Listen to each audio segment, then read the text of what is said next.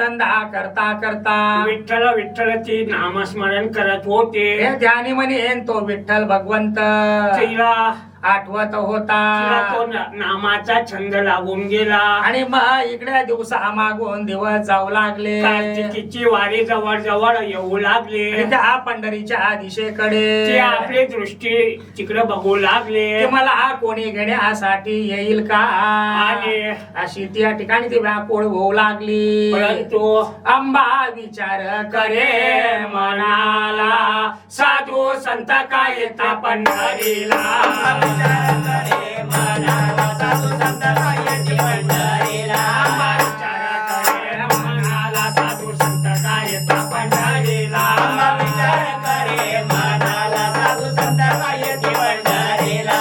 संत काय येता पंढरीला, संत काय येता पंढरीला. संत काय येता पंढरीला, संत काय येता पंढरीला. संत काय येता पंढरीला, साधू संत काय येता पंढरीला. साधू संत काय येता पंढरीला, संत काय येता पंढरीला. साधू संत काय येता पंढरीला, संत काय येता पंढरीला. साधू संत काय येता पंढरीला, संत काय येता पंढरीला. कीर्तनाचा जो तो रंगला, कीर्तनाचा जो तो रंगला, कीर्तनाचा जो तो रंगला, कीर्तनाचा जो तो रंगला. चंद्रभागेला जाय मोक्षपदाला, चंद्रभागेला जाय मोक्षपदाला, चंद्रभागेला जाय मोक्षपदाला, चंद्रभागेला जाय मोक्षपदाला, मोक्षपदाला, मोक्षपदाला, जाय मोक्षपदाला, जाय मोक्षपदाला.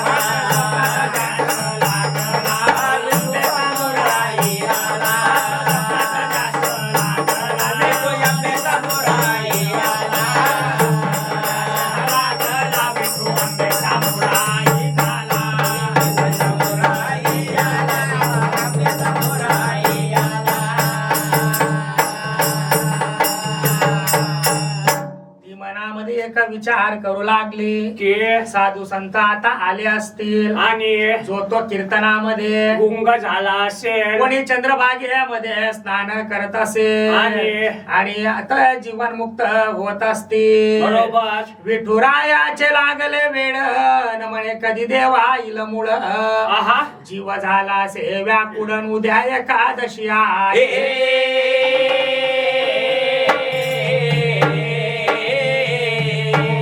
न घडता दर्शन तुझ पाशी धाडील प्राण. बरोबर. देह यांचा हे घेतीन देहाविन तुझ पाहिन मी.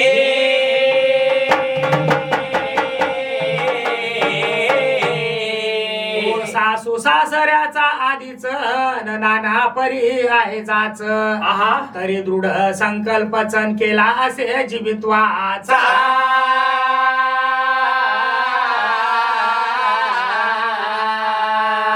म्हणून ती नामदेव महाराजांची कन्या अंबाबाई आणि तिला त्या विठ्ठल भगवंताचं वेड लागलं. आणि म्हणून आणि त्या ठिकाणी म्हणे देवा अरे तुझी भेट मला केव्हा होईल, मला घ्यायला तू केव्हा आणि येणार. अशी त्या ठिकाणी ती तळमळ करू लागली. आणि अरे म्हणे मला सासू सासऱ्याचा जाच आहे आणि ते मला काही पाठवणार नाही. आणि म्हणून आता मी माझ्या मनाचा दृढ संकल्प केला आहे. माझा प्राण मी त्यागणार आणि आहे. माझ्या देहा वाचून तुझं मी दर्शन घेईल. बरोबर. असं त्या ठिकाणी ती तळमळू लागली. परंतु काय ये झालं, ये रे ये रे बामणे विठ्ठला तुझ्या नामाचा ध्यास लागला.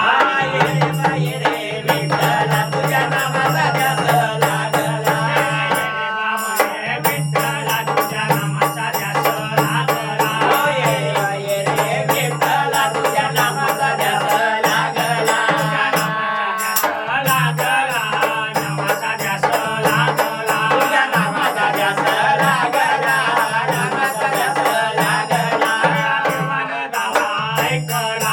देवाने धावा ऐकला,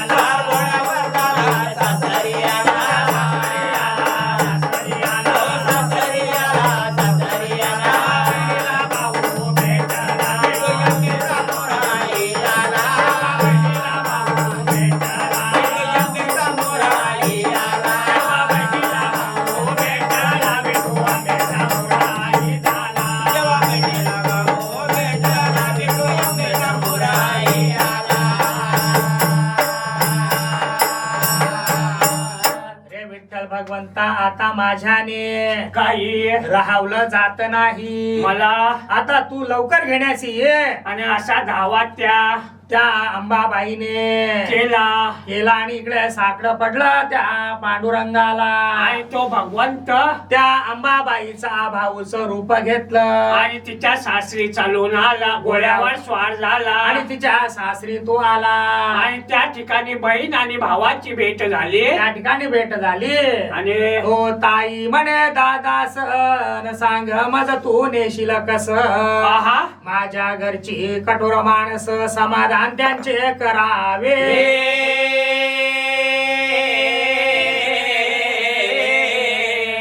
देव भेटो न मामाजीसी नशेला पागोटा दिला त्यासी. आहा, म्हणे दाडा आंबेसीन वस्त्र मिळता कुश झाला.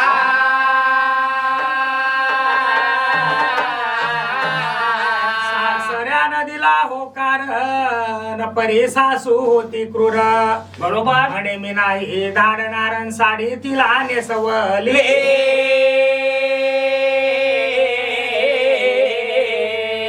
जेव्हा भगवंत भाऊ बनून आले आणि त्या ठिकाणी बहीण बोलू लागली, ते म्हणे अरे माझ्या घरचे लोक किती कठोर आहे, ते मला पाठवणार नाही, तू आधी त्यांचं काहीतरी मन समाधान करायला पाहिजे. हो. आणि मग त्यावेळेला त्या भगवंत रूपी भावाने काय तो केलं, तिच्या सासऱ्याजवळ गेला त्याला शेला आणि पागोटा भेट म्हणून दिला.